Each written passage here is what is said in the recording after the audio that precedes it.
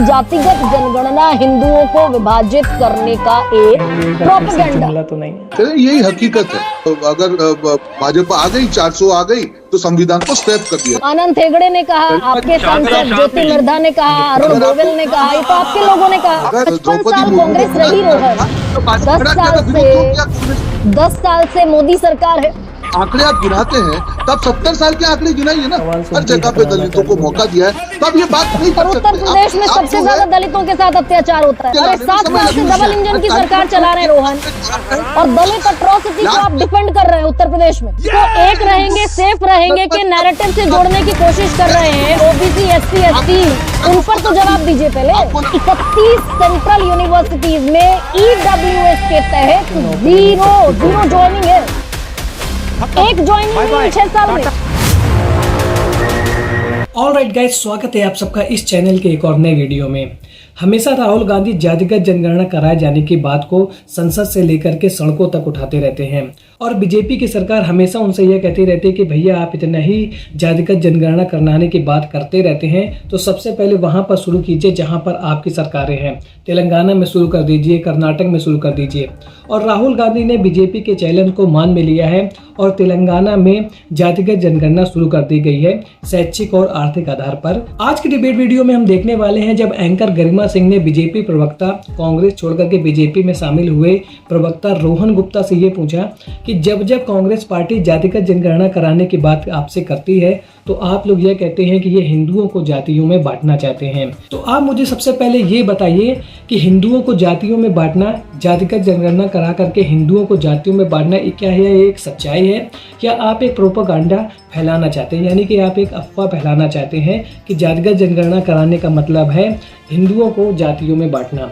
तो रोहन गुप्ता कोई clear answer नहीं दे पाए और लगातार वो गोल पोस्ट चेंज करते रहे और इधर से इधर की बातें करते रहे, और उनकी कोशिश यही रही कि वो कांग्रेस को किसी न किसी तरीके से गाली दे सके। लेकिन हर बार एंकर गरिमा सिंह ने उनको पकड़ लिया और हर बार तथ्यों के आधार पर उनकी अच्छे से क्लास लगा दी। आप डिबेट में देखेंगे कि वो यह कह रहे थे कि कांग्रेस वालों ने यह नैरेटिव सेट किया कि यदि हमारे 400 पार यानी कि बीजेपी की 400 पार सीटें आ जाएंगी तो वे संविधान को चेंज कर देंगे। तो रोहन गुप्ता के इस बात का जवाब देते हुए एंकर गरिमा सिंह ने यह कहा कि ये कांग्रेस वाले नहीं कह रहे थे, ये तो आपके ही नेता लोग कह रहे थे, आपके सांसद अनंत हेगड़े कर रहे थे, अरुण गोविल कह रहे थे कि यदि 400 पार सीटें आ जाएंगी तो हम संविधान को चेंज कर देंगे। तो क्या आप अपने नेताओं को समझाते नहीं है कि भैया पब्लिक में आप क्या बोल रहे हैं और उसका इम्पैक्ट क्या पड़ने वाला है? और इसके साथ उन्होंने ये भी कहा कि यदि आप यह कहते हैं कि आप SC, ST और OBC का जो रिजर्वेशन है उसको मेंटेन करके रखेंगे, तो आप ये बताइए कि उत्तर प्रदेश में जो शिक्षकों की भर्ती हुई थी उसमें जो 27% OBC का जो रिजर्वेशन का कोटा था वो घट करके पहुंच गया था 3% है। तो आप तो वहां पर भी इसको मेंटेन नहीं कर पाए। तो कुल मिलाकर के रोहन गुप्ता क्लियर आंसर नहीं दे पाए और उनकी क्या हो गई, डिबेट में हालत खराब हो गई। तो आज का वीडियो होने वाला है बहुत इंटरेस्टिंग। यदि वीडियो पसंद आए तो वीडियो को लाइक और चैनल को सब्सक्राइब करना ना भूलिएगा। चलिए वीडियो को शुरू करते हैं। जातिगत जनगणना जब कांग्रेस कहती है तब जुमला तो नहीं। बीजेपी कहती है भाई जात पात में बांटने का काम है। तो ये हिंदुओं को बांटने का काम है, ये एक नैरेटिव आप गढ़ना चाहते हैं, गढ़ने की कोशिश कर रहे हैं कि जातिगत जनगणना हिंदुओं को विभाजित करने का एक प्रोपेगेंडा है। गरिमा जी, हम कोई नैरेटिव गढ़ने का काम नहीं करें, यही हकीकत है। मैं आपको वापस लोकसभा चुनाव में लेके जाता हूं, जब संविधान की कॉपी लेकर जितने भी इंडिया गठबंधन के नेता है पूरा चुनाव उन्होंने प्रचार किया और एक नैरेटिव उन्होंने क्रिएट किया कि देखिए जो कांग्रेस है वो संविधान के, भाजपा है संविधान के खिलाफ है, और अगर भाजपा आ गई, 400 आ गई, तो संविधान को स्क्रैप कर दिया जाएगा। ये भाजपा के लोगों ने कहा रोहन, मैं फिर से पढ़ देती हूँ। आनंद हेगड़े ने कहा, आपके सांसद ज्योति मिर्धा ने कहा, अरुण गोविल ने कहा, ये तो आपके लोगों ने कहा। अगर आपकी डिबेट में अभी आपने शुरू किया, मुझे सिर्फ 20 सेकंड दिया है, अगर आप बोलने ही नहीं देंगे तो डिबेट ठीक से नहीं होगा सब। और आपसे तो ये अपेक्षा है बस तथ्यात्मक गलतियों से बचिए, आप धारा प्रवाह बोलिए। यहाँ पे आप बीच में जब बोलेंगी, मेरा आपसे एक ही विनती है, पहले आप ओपनिंग रिमार्क हो जाए, फिर आपके सारे सवाल का जवाब दूंगा मैं। मुद्दा यहाँ पे क्या रहा कि जिस प्रकार से एक दुष्प्रचार किया गया संविधान के नाम पे, ये हो जाएगा वो हो जाएगा। भाजपा ने बिल्कुल कहा कि 400 पर आएगी, पर कहीं ये बात थी नहीं कि संविधान के ऊपर कोई खतरा है, क्योंकि संविधान को कोई नहीं हटा सकता है।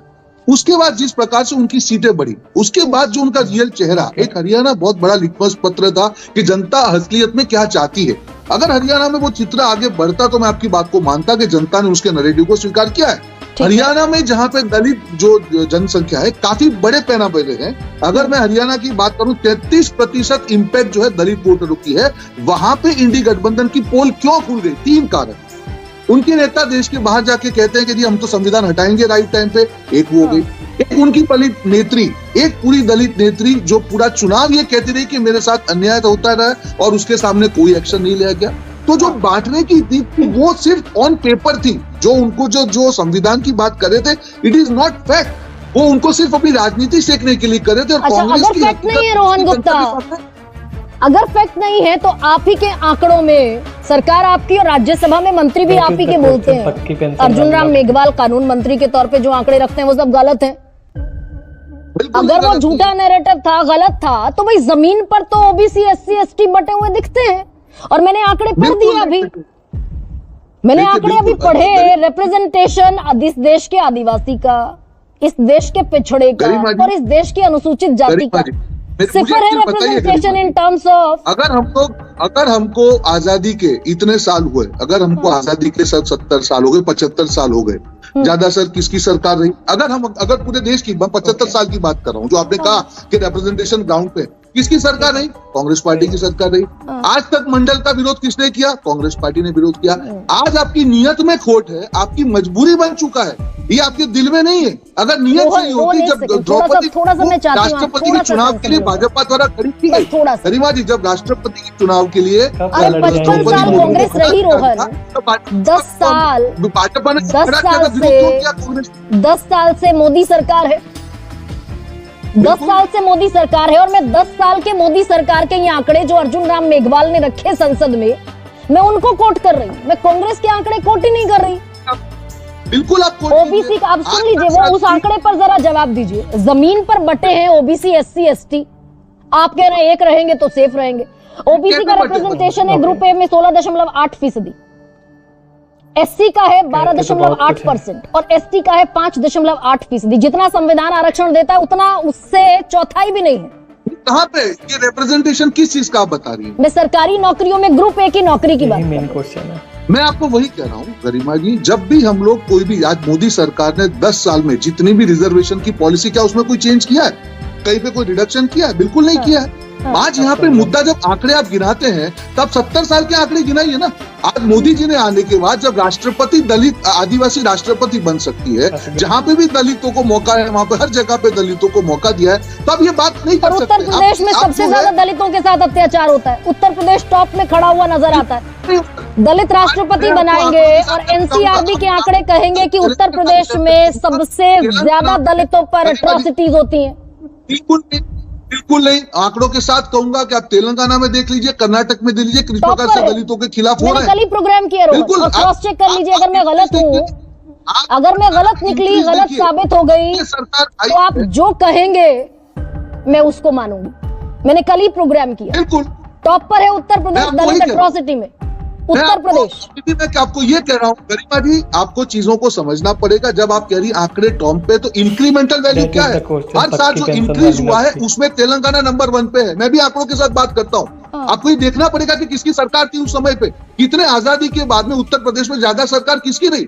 जब एक ट्रेंड होता है तो उसको नीचे लाने में समय लगता है। डबल इंजन की सरकार चला रहे हैं रोहन, और दलित एट्रोसिटी को आप डिफेंड कर रहे हैं। उत्तर प्रदेश में दलितों के प्रति अत्याचार को डिफेंड कर रहे हैं। मैं कह रहा हूँ आंकड़े जो है ये पुरानी सरकारों की देन है, उसको नीचे लाने में, कंट्रोल लाने में समय लग रहा है, और वो समय लग के हो जाएगा। मुद्दा यहाँ पे क्या है? आज तेलंगाना की बात कर रहे हैं, एससी एसटी सब प्लान की मैं बात कर रहा हूँ। आपको एक एग्जांपल छोटा सा दे रहा हूँ। कांग्रेस पार्टी सरकार में आई, 67% एससी एसटी सब प्लान। आप कास्ट सेंसस की बात जाने दीजिए, 67% बजट को डाइवर्ट करके माइनॉरिटी के लगाया गया। ये इनकी हकीकत है। मैं आंकड़ों के साथ बात करने को हिंदू मुसलमान पर रोहन गुप्ता, अरे आप हिंदू मुसलमान पर, अरे पहले जिसको एक रहेंगे सेफ रहेंगे के नैरेटिव से जोड़ने की कोशिश कर रहे हैं, ओबीसी एससी एसटी, उन पर तो जवाब दीजिए पहले। आपको लगता है, आपको अगर इतना ही गलत लगता है कि हम मुसलमान की बात ना करें, ठीक है, नहीं करते। एससी एसटी का बजट क्यों कम किया?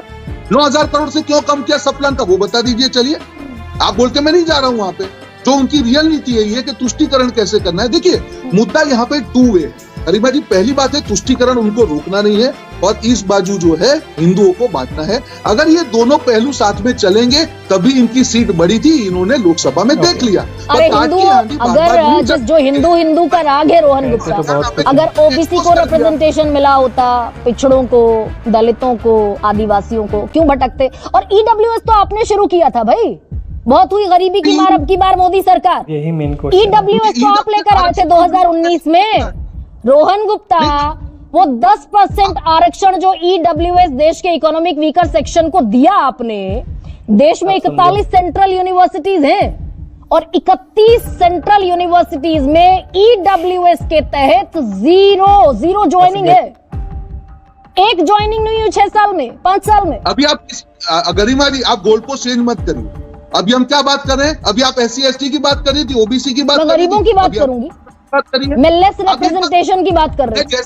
गरिमा जी, आप बार बार आपकी डिबेट इतने लोग देख रहे हैं, 3 मिनट में आपने 3 गोल पोस्ट चेंज कर दी। जैसे मैंने तेलंगाना का एग्जांपल दिया, आपने कहा नहीं आप माइनॉरिटी की बात मत करिए। जैसे मैं आरक्षण पे आ गया, आप ईडब्ल्यूएस पे चलेगी, ऐसे मत करिए। भाई आरक्षण की बात होगी तो ईडब्ल्यूएस की बात होगी ना रोहन। गरिमा जी, आपको एक चीज बहुत हुई गरीबी की मार।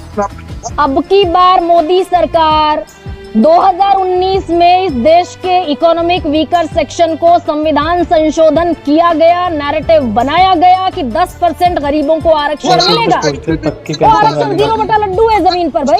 वीडियो देखने के बाद आप एक बात तो समझ गए होंगे कि पॉलिटिकल पार्टीज एक दूसरे का विरोध करते करते जनता का भी विरोध करना शुरू कर देती हैं। जातिगत जनगणना कराने से लोग जातियों में नहीं बटेंगे, बल्कि उनके जो अधिकार हैं वो उनको मिल जाएंगे। और यदि सरकारें ऐसा नहीं भी करना चाहती हैं तो वे जो लोगों के अधिकार है उनको वो खुद ही दे दें कि आपका ये अधिकार है, अच्छी शिक्षा आपको दी जाएगी, आपके बच्चों के लिए जो भी जरूरतें हैं उनको पूरा किया जाएगा, पेपर लीक की घटनाएं नहीं होंगी। लेकिन जनता के मुद्दों को कोई सुनने वाला नहीं है। और जब भी कोई ऐसी घटना हो जाती है जहाँ पर पब्लिक के इंटरेस्ट जुड़े हुए होते हैं तो जो भी नेता है, वो चाहे सत्ता पक्ष के नेता हों, ये सब भाग जाते हैं और जनता को खुद ही अपनी लड़ाई लड़नी होती है। तो ये सब चीज़ें जो हमारे देश में हो रही हैं, ये चीज़ें नहीं होनी चाहिए। आज का वीडियो आपको कैसा लगा कमेंट सेक्शन में जरूर बताएं और आप इस मुद्दे पर क्या सोचते हैं उसको भी कमेंट सेक्शन में जरूर मेंशन करें। मिलता हूँ ऐसे एक और नए इंटरेस्टिंग वीडियो में, तब तक के लिए थैंक्स फॉर वॉचिंग।